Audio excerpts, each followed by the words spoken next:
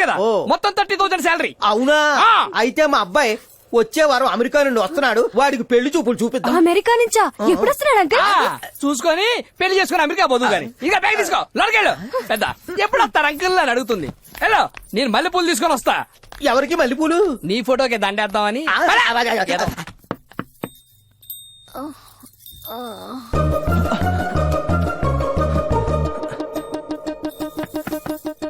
Door తెరిచే ఉంది.